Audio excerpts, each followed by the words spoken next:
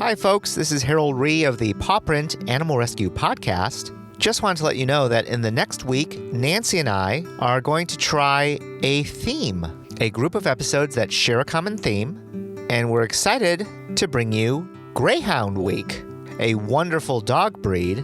For those of you who have friends who are greyhound rescuers, lovers, likers even, let them know, give them a heads up, and share our show with those folks. Thanks, and on to the show. My name is Lindsey Dohlman. I'm the Animal Programs Director here at ARF, and if I could be any animal, I would be a cat. They're just my companions. I just adore spending time with them. They're generally happy cats, and they have a happy life. This is Pawprint, an animal rescue community, episode 21. I'm Harold Ree. And I'm Nancy Ree. Lindsey Dohlman is the Animal Programs Director for Tony LaRussa's Animal Rescue Foundation. We interviewed Elena Bicker, Executive Director of Tony LaRussa's ARF, in episode 2.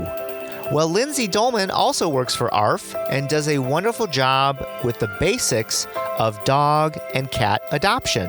If you want to learn more about Lindsey, as well as Tony LaRussa's Animal Rescue Foundation, go to our show notes at thisispawprint.com/21. That's the number 21. I oversee the adoption process from start to finish and beyond, except for the medical cases, or the medical care. Work with my teams to bring the animals in and rescue them from outside organizations, bring them into the organization, assess them at the source shelters, then assess them here at the shelter.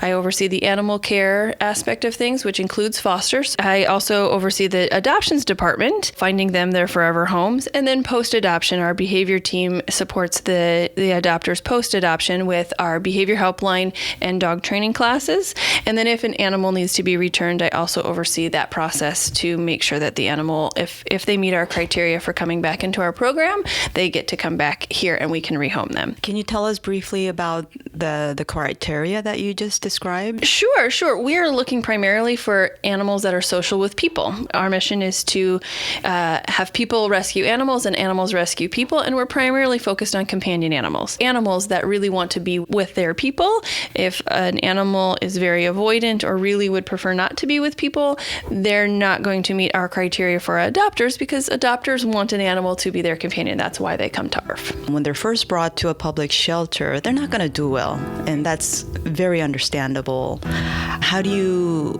make that decision, which animals to pull from those public shelters? Yeah, our team does a wonderful job in assessing.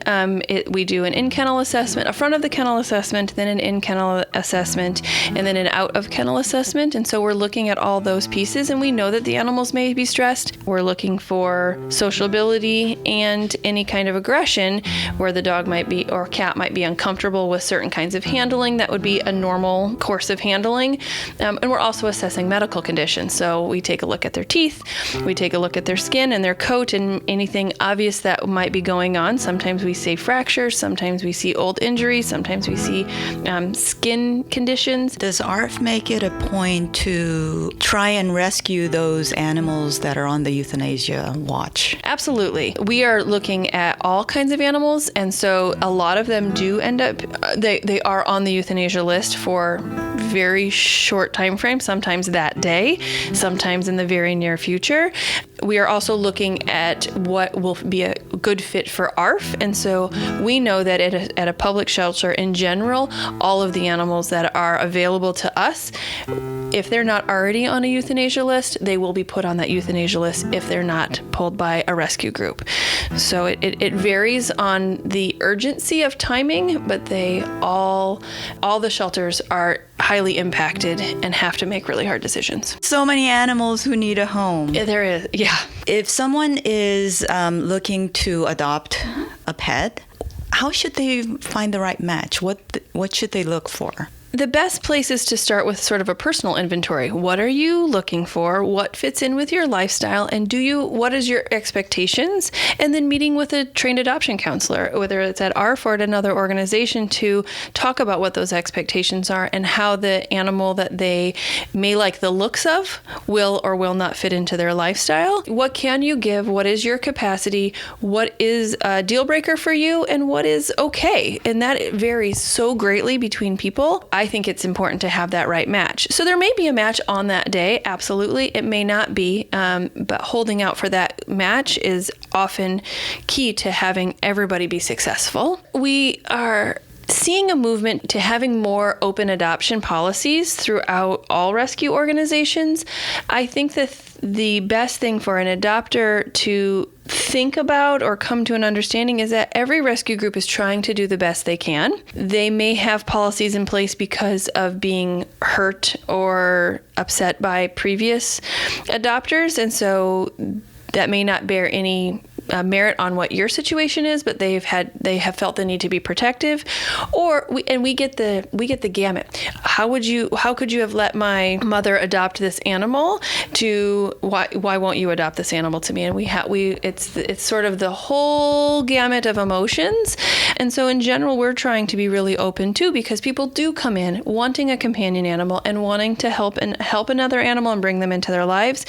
And so we want to be able to be open to that. If you could just tell us about your childhood and, where did you grow up? What was it like? I grew up in Iowa, and so both of my grandparents were farmers, so definitely had animals around since way before I was born.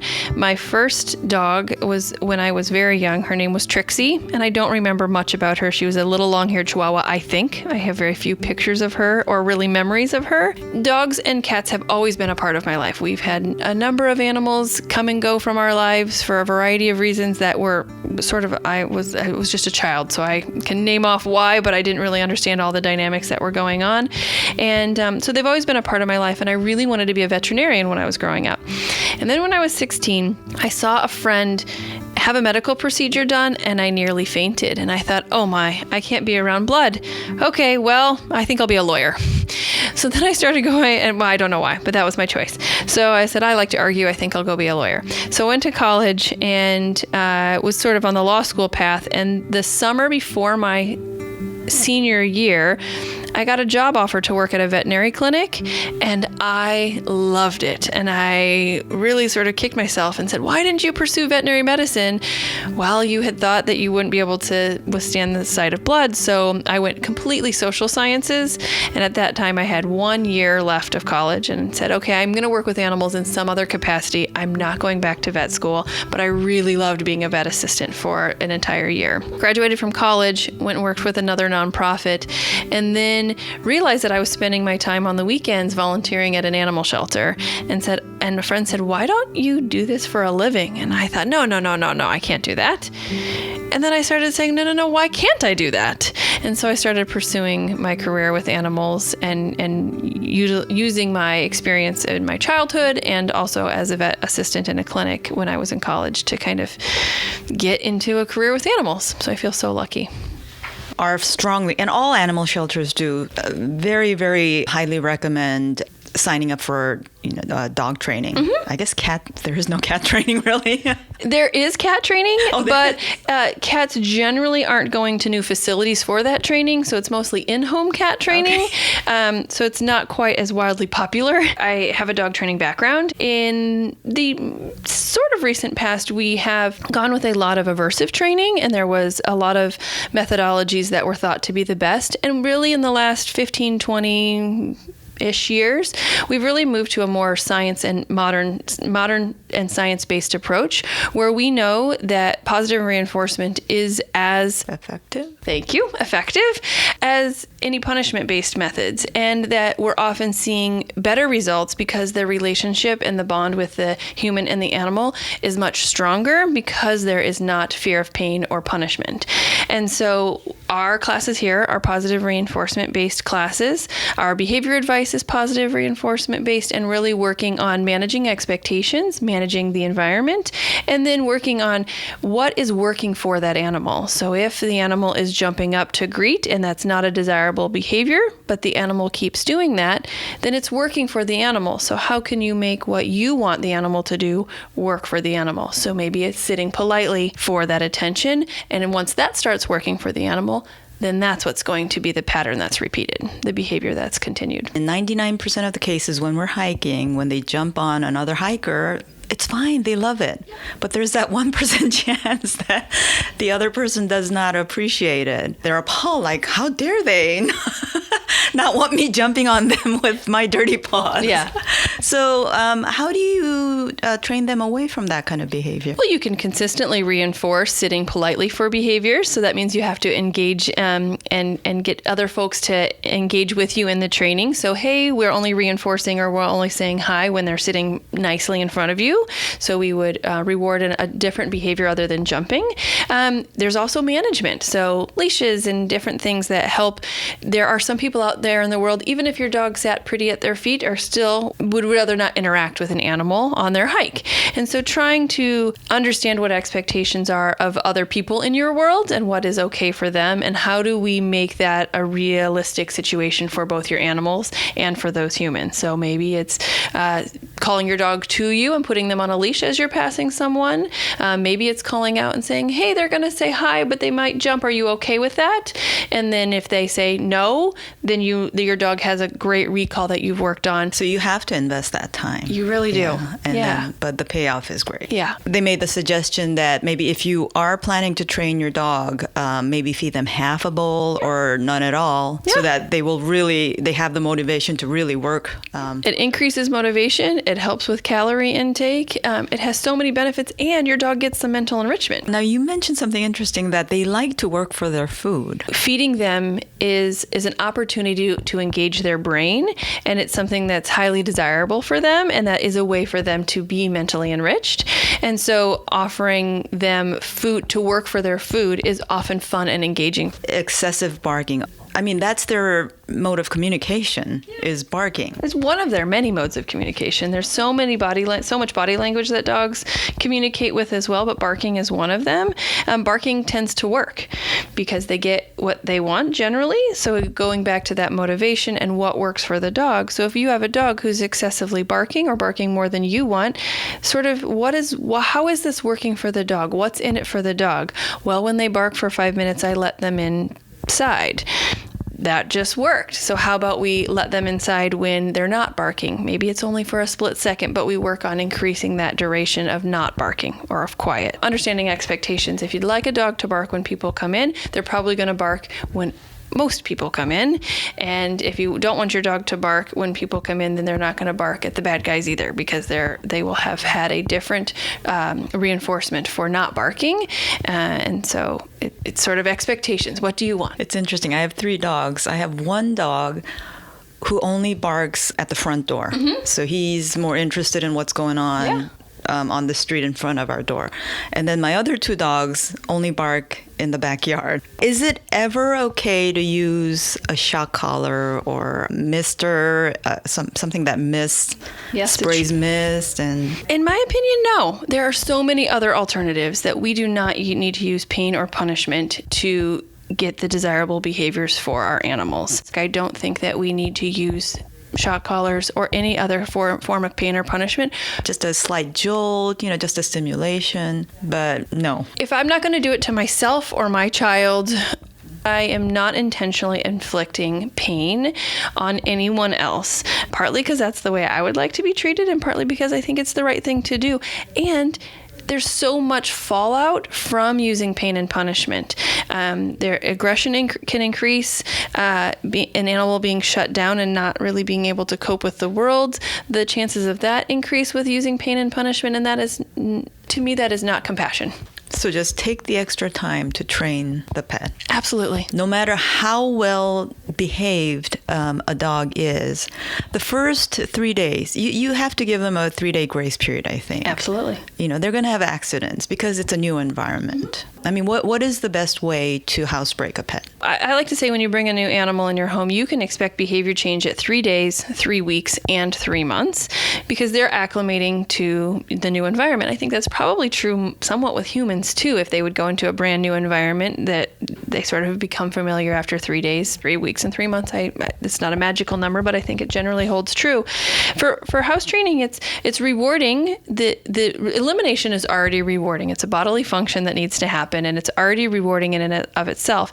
And if we reward the animal in addition to the release of their output, then in the place where we want them to eliminate, we increase those chances. To me, the key factor is managing the situation, 1 for yourself and 2 for the animal. So for a cat, it would making sure that they have absolute access to litter boxes so that they, without restrictions or constrictions, so that they're not scared and that the litter box is in the corner away from where they're hiding, or that they have enough litter boxes to be able to use them comfortably, or it's in a quiet enough location for that piece. For dogs, it's about restricting their access. So if you can use a hard surface as the flooring where the animal is until you start to learn their preferences and their cues, you're going to be much happier. It's much harder to clean off of a carpet, and it's much easier off of a tile floor or even wood floors. Most dogs have some kind of a pattern.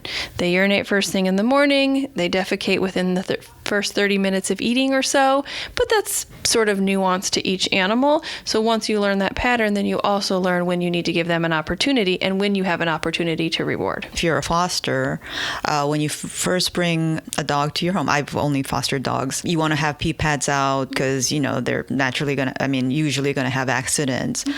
But I found that they transition outdoors very well. But there is that school of thought that if they're trained to go on a pee pad, they're not going to go outside. I think, again, especially since you're fostering a lot of puppies, it's exposure at a young age. So they have exposure to pee pads, which makes your life easier, but you're also exposing them to other surfaces outside. So they have preferences for both, or they have comfort with both. Makes them as social as possible. Yeah. I like to tell people that you want to crate train them because there might be occasions where you really need them to be inside a crate, and it's going to cause a lot of grief.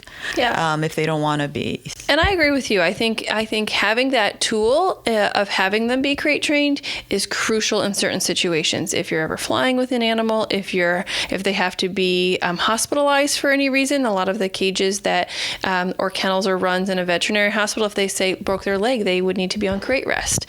And to not have the stress of being uncomfortable, being confined is worth it, in my opinion. And the crate is such a great management option when your dog enjoys their crate. So starting slow, feeding meals, and giving them all kinds of positive things, not having a crate be a punishment or being left for long periods of time while they're not comfortable is a great way to start crate training. So even leaving the door open or taking the door off completely is a great way to start having the dog be comfortable with, hey, this is a pretty cool little area. Fun things really happen in the crate, and I really enjoy being in the crate, and you build up to a length of time. So feed them in the crate, lots of treats in the crate.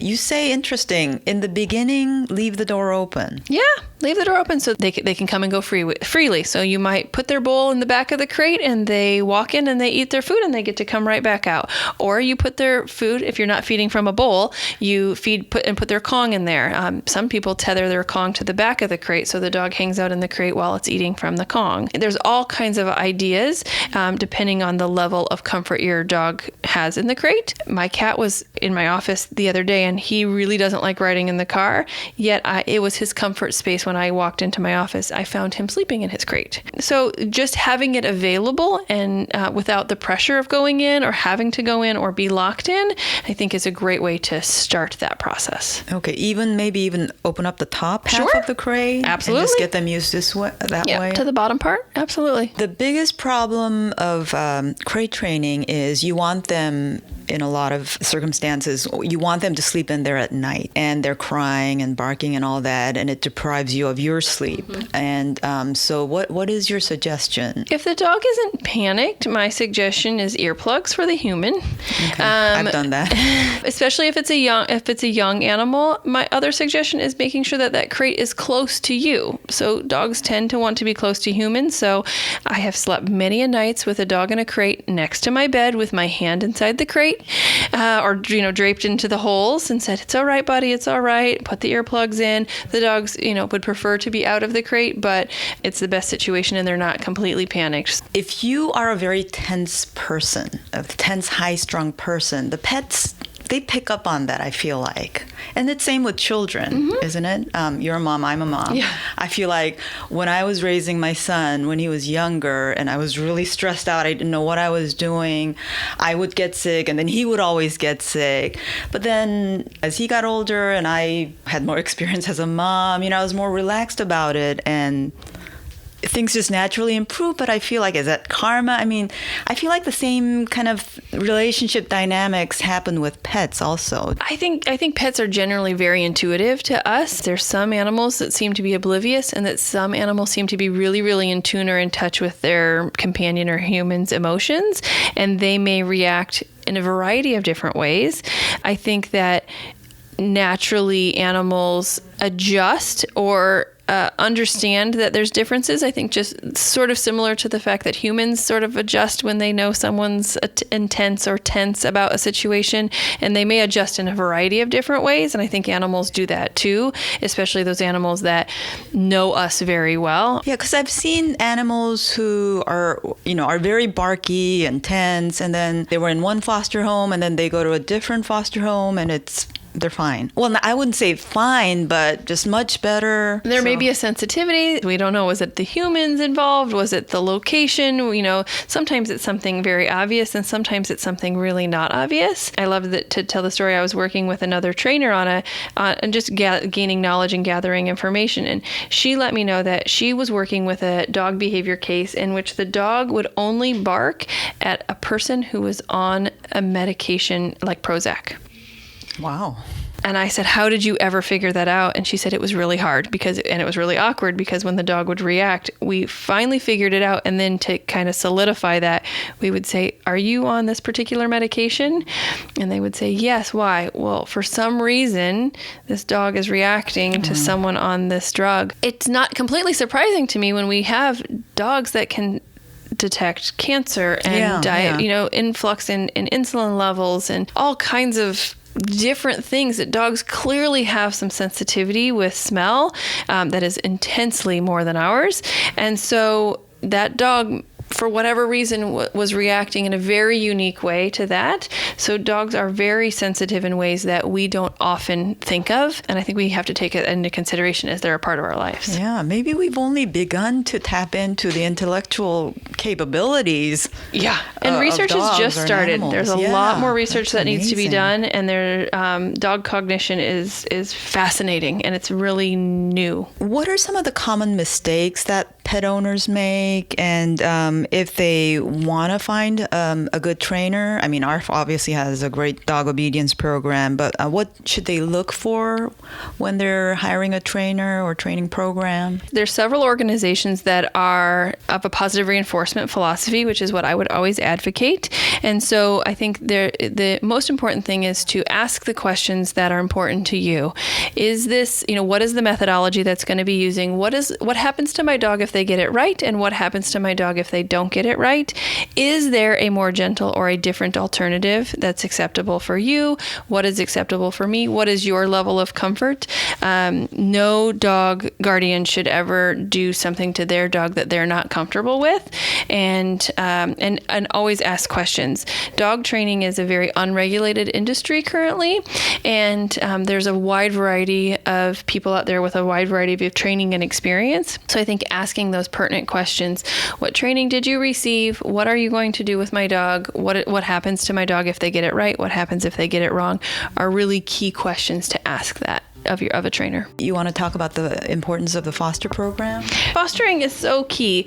Fostering for any organization, animal rescue organization, increases their capacity in so many ways. We have a lot of wonderful fosters here at ARF. We can always use more. There are certain times of the year that we need more fosters. We also really could use more resources for medium and large sized dogs and dogs who may not shelter well but would be perfectly fine in the home. We just don't know that yet because we are a shelter-based organization and not true. We have a lot of fosters, but we don't have our animals come into the shelter first for our particular organization. Fostering just saves so many lives. It saves multiple lives because they're taking that life into their home, which allows the organization to save another life to pull that animal into their care.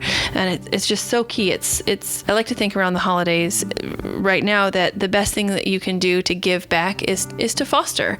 If you're an animal lover, to foster an animal for an organization to get that animal out of the rescue organization's hands, or to increase their capacity and give that animal a chance to recover medically or adjust behaviorally or gather some information for them so we can make better matches and get them into their forever homes. I myself cannot emphasize the importance of fostering enough because in 2012 is when I first started fostering, 2012 February, and I sent an email to the foster coordinator at ARF, and when she emailed me back, she said, "You are literally saving a life because we cannot pull a dog from a high kill shelter unless there's a home to place that dog in." Absolutely. To foster. Can you share some stories about some particular animals that made an impact on you? Well, I just saw the other day about a litter of 2 puppies that came into our care.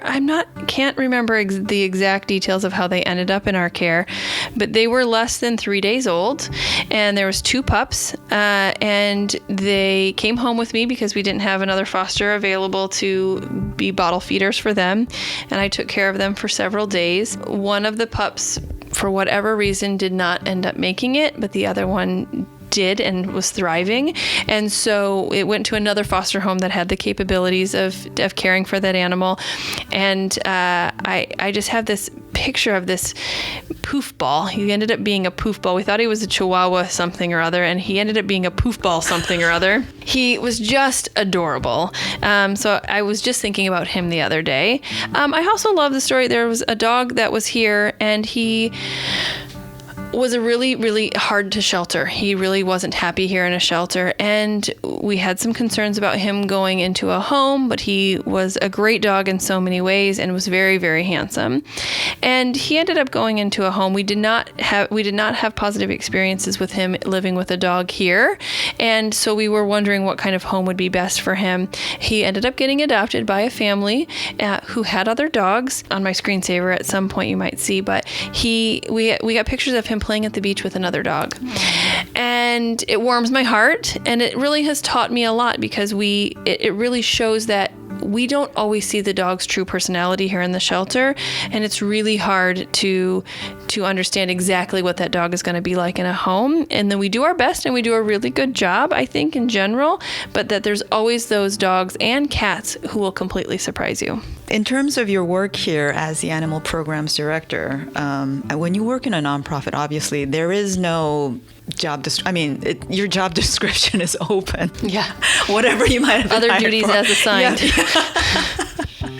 As necessary. What do you love about your work? What are the more challenging aspects of your job? I love working with people, and I love working with the animals. I love working with people who work with the animals. So one of the greatest joys in my job is seeing our teams work well together.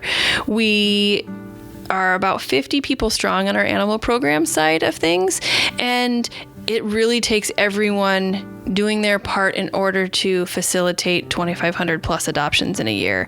And it's just amazing to see the level of compassion and kindness from every staff that's here. They're here for a reason. They're here for the mission, and they're dedicated to that. And it's exhilarating to work with a team when we're working really well together. We hit bumps in the road. That's, a little bit challenging sometimes, just like any organization's going to hit bumps in the road. But when our teams are rocking and rolling, it's really fun. And it's really fun to save lives. So it's really rewarding. So what does 2016 look like for animal program at ARF? We are focused right now on a variety of things. So we are working on making sure that we're saving lives, and that is looking different every year. So kitten season and the number of cats that need to be rescued, dogs that need to be rescued, it's always changing. We're working with new partners. We're looking at saving lives. So we're focused on that as our main priority. But we also are working on our veterans program and building up our veterans program. And we're really excited about that, where we're matching veterans with PTSD with a companion animal and working with them to help enrich their and enhance their lives. So that's a really exciting program. And we're really excited to expand that program this year. In addition, and that's sort of saving 2 lives. So we get to save the life of the veteran, but we also get to save the life of the animal. Also, since you talked about college and pondering a career, in animal rescue, if there is a young person who would like to work in animal rescue, I mean, obviously working in nonprofit has some sacrifices. Definitely. But what kind of advice would you give someone who wants to enter a career in animal service? Volunteer at a shelter. I know as a young person under 18, the options are limited, but there are options out there with many shelters to get your foot in the door and to start to understand what a shelter does. I think a lot of people think animal rescue and it's sort of the wonderful adoption side of things. It takes a lot of work in order to get to that point. So there's a lot of laundry, there's a lot of litter boxes, and there's a lot of poop bags, and there's a lot of sick animals that need to be cared for. And so starting that general overall understanding of what is involved in animal rescue, from the not so pretty parts to the wonderful happy endings, is a wonderful way to start to understand what the impact of working in animal rescue is all about. And it's a great way to get started. So it could be volunteering, depending on your location, at an animal shelter, at a veterinary hospital, I'm trying to think, with dog training classes, there's a lot of options, and see if that brings you absolute joy, then continue to pursue it. If you don't like the smellier parts of the sheltering world, you may find it hard to really stick with the animal sheltering piece of things. There's many aspects that don't involve that, but the impact is still great. I volunteer at our cat shelter, and a young guy who volunteers with me, I scoop the kitty litter. Oh, nice. And I guess he had to do it one day when he was filling in for someone else, and he really didn't like it. And he said, "Nancy, I feel bad that you're always doing that. So if you want me to do it, that's fine." And I said, "You know what? I have no problem with poop." Mm-hmm. After changing diapers, being a mom, and fostering all those 50 plus dogs, I have no problem. I hate vacuuming and steam mopping because I hate doing that at my house. Yeah. So I said, if you can do that, I have no problem with kitty litter. Yeah. And it takes all kinds, right? And there's some people who are really don't like that aspect of things, but some people who really, our volunteers here who do the laundry are so crucial to getting things done. So, and there's some people who would rather do laundry here than laundry at their own house, and that's okay too. You had asked me if I had a magic wand, what would I do? That was my next question. Yeah. And I think it's sort of a compassion for people and a compassion for animals in so many ways. And I think to understand that many people in the world and many people in animal sheltering are doing the best they can. And having compassion for each other, it's going to take a lot of different resources and a lot of different types of resources in order to really help animals more fully. And that we all organizations, all rescue groups, all shelters really are trying to do the best they can with their part, but not everyone can be everything to everyone. So they're trying to focus on one thing that they can do and then do that part well. And I think that compassion for people who are trying to help will go a long way. Thanks to Lindsey Dohlman for sharing her story and for doing a great job of juggling a lot of different roles that are important to the animal rescue and animal adoption process. If you want to learn more about Lindsey and Tony LaRussa's Animal Rescue Foundation, go to our show notes at thisispawprint.com/21. If you'd like to follow myself or Nancy on social media, you can find us on Instagram, Facebook, or Twitter. Look for This Is Pawprint, one word. If you'd like to listen to more episodes, you can find us on iTunes, SoundCloud, or Stitcher, along with Pocket Casts for your iPhone or Android phone. We want to say thank you to all of our listeners out there for sharing your stories. And remember, next week, we're going to start Greyhound Week, where we share several different episodes all related to greyhounds. Remember that you spread a positive message of love and peace by saving an animal.